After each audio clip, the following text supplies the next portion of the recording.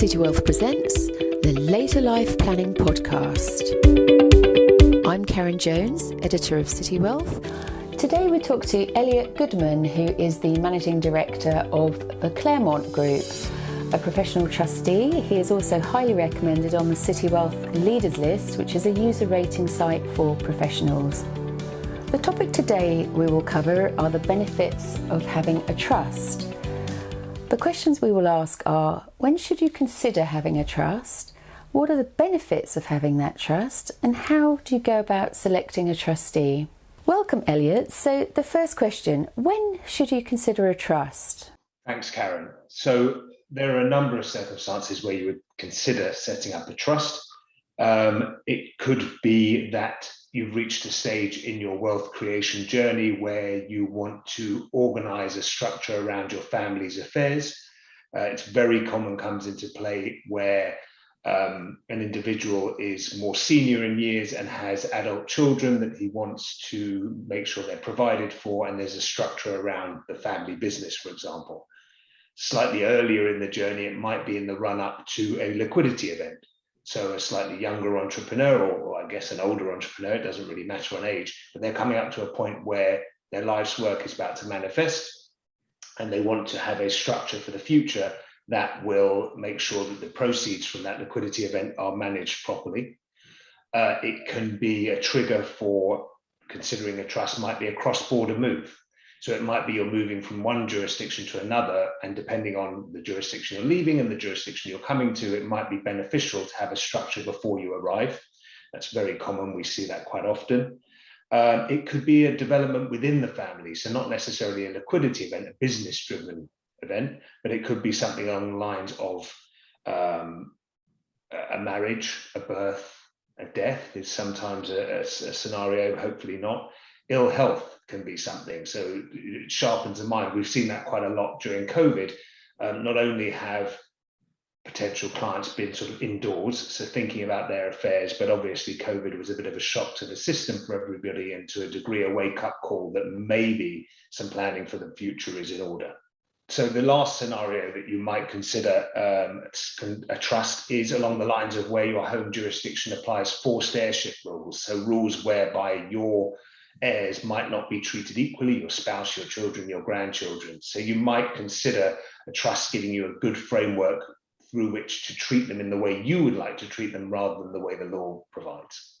And what are the benefits of a trust? Normally when I sit down with a client who has considered a trust in the way that I've just described, I would normally highlight 5 principal benefits. In no particular order, although funnily enough, over time, over the years, the order has changed because of the way the laws develop. But generally speaking, those principal benefits might be estate and succession planning. So providing for the future, providing for future generations. And as I mentioned earlier, providing a framework in which a wider family might operate. Naturally, and the most common one, and the one that gets the most press, negative really, but press anyway, is tax mitigation. There are advantages. You can structure your affairs in a neat way from a tax point of view using trusts in some jurisdictions. The slightly more, marginal ones might be asset protection. If you're in a line of work which comes with a high degree of risk to you personally or to your wealth, or if you're about to go into a risky transaction, you might consider a trust there, and the benefits of that would be that it puts the risk or the liability away from you. It moves the assets, ideally, several degrees away from you, but at least they're not in your name. As I've mentioned earlier, you have a good family governance structure. If you have complex affairs, if you've been through marital strife, any of those things, the benefits of trusts are, again, that you have a framework moving those assets away from you from a risk point of view. And then actually, and this is more common and it's climbed up the ladder of the 5 benefits, ease of administration. The world's become an extremely fiddly bureaucratic place. If you are someone of quite some means and you have properties in various jurisdictions and businesses and aircraft, seafaring vessels, yachts, to be able to organize all of those things, keep all your paperwork up to date, file when you're supposed to, be on the relevant registers, employ staff and crew, etc., is extremely complicated, and having a trust in place can, well run, take care of all of those complexities. And how do I select a trustee? That's the magic question, seeing as I'm a trustee, so I'll try and be even-handed. Look, it sounds terribly cheesy, but there's no question that the clue is in the title. It's a matter of trust. It really is.